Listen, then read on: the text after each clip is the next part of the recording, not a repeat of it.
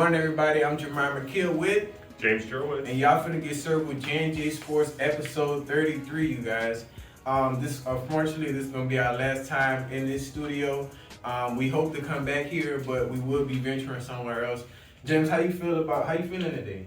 I feel fantastic. I'm happy to be here, and even though it might be the last time, I guess, for this semester, I think that it's been a great time and ready for another great show. Yeah, definitely another great show. We definitely, we're going to keep the show rolling, wherever we at.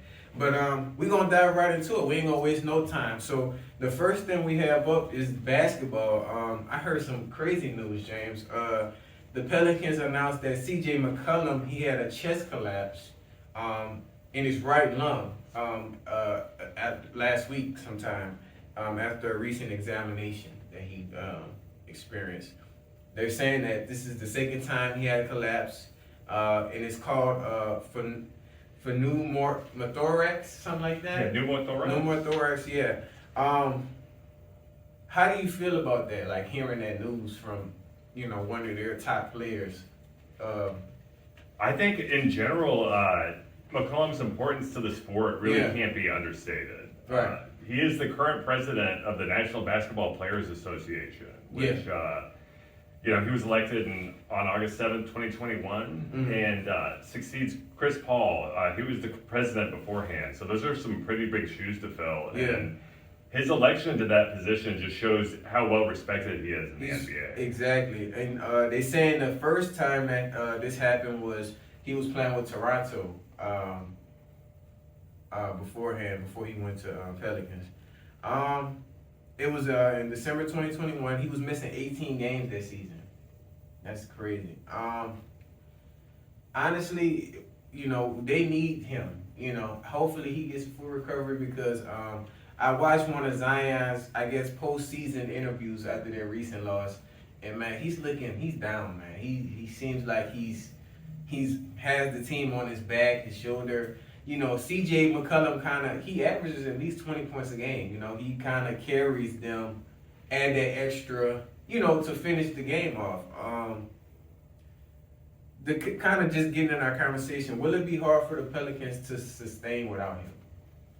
I think it's going to be really difficult. And if you just look at what New Orleans had gave up just to get him back in 2022, I know Portland got 5 players in the trade and then numerous draft picks, including a number 1 and multiple number 2 picks.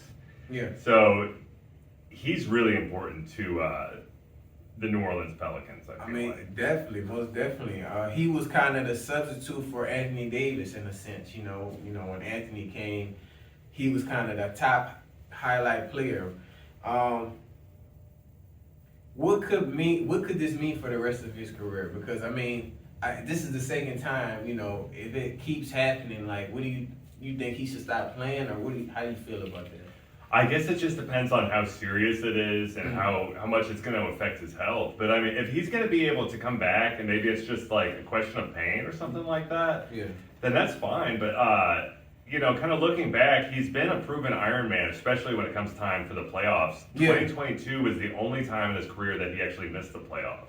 Right. So in some ways, maybe he's trending down, considering he's a veteran. He's been around for a while. He's kind of aging a little bit. Once you get to a certain age, it becomes harder to heal up from these injuries. But definitely, I think he comes back, especially in time for the playoffs, if New Orleans makes it. Yeah, it's still early. It's definitely still early. And we just look at his stats this season already. He's already averaging 21 points, 4 rebounds, 5 assists. And it's early in this, he's just one of those players that he can deliver points. He can deliver to your team. Man, it's just kind of sad hearing this news. I hope that, they can kind of get a full recovery from him and he don't have to, keep dealing with this same issue. This kind of reminds me of Tony Romo had this injury in 2011 after a game against the San Francisco 49ers. And part of his rib had punctured his lung. Right. And he had just taken the shot for it and went back out and finished the game. They actually won the game, but he played again that next week, Monday Night Football, against the Washington Commanders. So I think that he heals up from this injury and returns probably sooner rather than later. Yeah, and you know, he's one of those players that's kind of really dedicated to the game. I feel like, you know, there's a lot of those players, especially football, they get injured, but they kind of wipe it off like it's a Band-Aid and keep playing. Even though they're severely hurt, but they still go out there like that's a true love for the game. So I hope he gets a full recovery. You guys let us know, keep us updated on that, how y'all feel about that whole situation. And, you know, yeah. Prayers go out to him and the Pelicans because they definitely need him. Before we get into got NBA announcements and top 5 game stats just over this past Monday that kind of stood out to me in week 14 power rankings. So let's get into it. So the first thing, we got the 76ers. They're number 1 in the week 4 ranking. They beat the Pacers 137, 126. Tyrese Maxey, he had 50 points. Wow, that's crazy. He's kind of like a rookie player still. You know, he's kind of in that rookie stage. How you feel about that?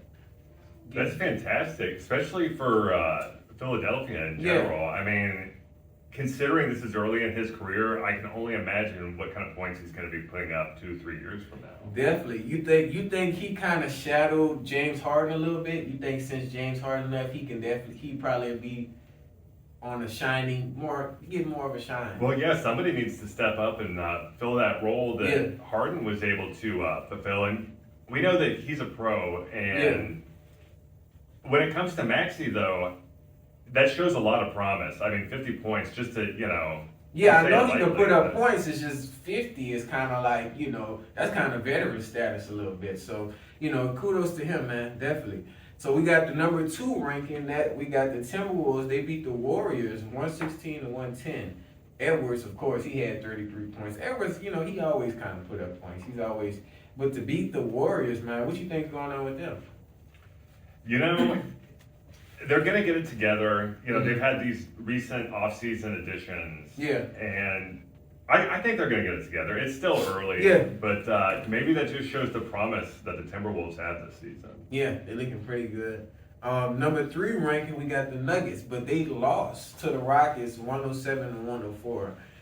Van Vliet, he had 26 points. Wow, the Nuggets losing to the Rockets? I mean, how you feel about the Rockets?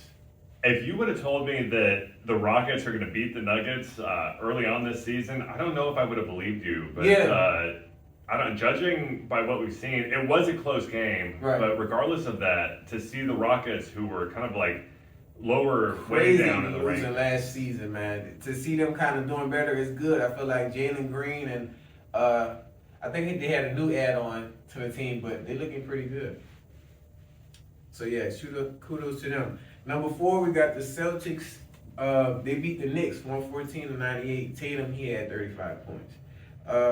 We already know about Tatum. He always going to deliver. They looking pretty good too. I think the Celtics are definitely playoff bound. They're definitely going to be playoff bound.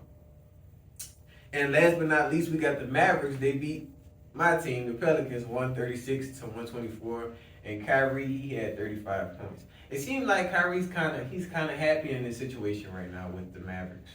He's settled in there in Dallas, and he looks like he's pretty well at home. And for him to put up 35 points again, yeah, we were talking about this last week, and that seems like kind of around the average that a lot of these veterans have been putting up lately. Yeah, 30. We said 30 and up for sure. So, man, you know, they might be playoff bound too, hopefully, you know. But, you know, around playoff time, they kind of folded. So, hopefully, the situation is different this time. Before we go into our next one, which of out of the 5 that I just named, which of the teams could you see playing against each other? Like the 2 of the winning teams? This was difficult for me to narrow down, but I'm thinking it's going to be the Boston Celtics and Philly 76ers versus the Warriors or the Nuggets. Yeah. Is what I'm thinking. Yeah, that actually sounds pretty good, and it's kind of like a flashback from last season. So, yeah, I agree with you. I say the 76ers and the Celtics and the Nuggets and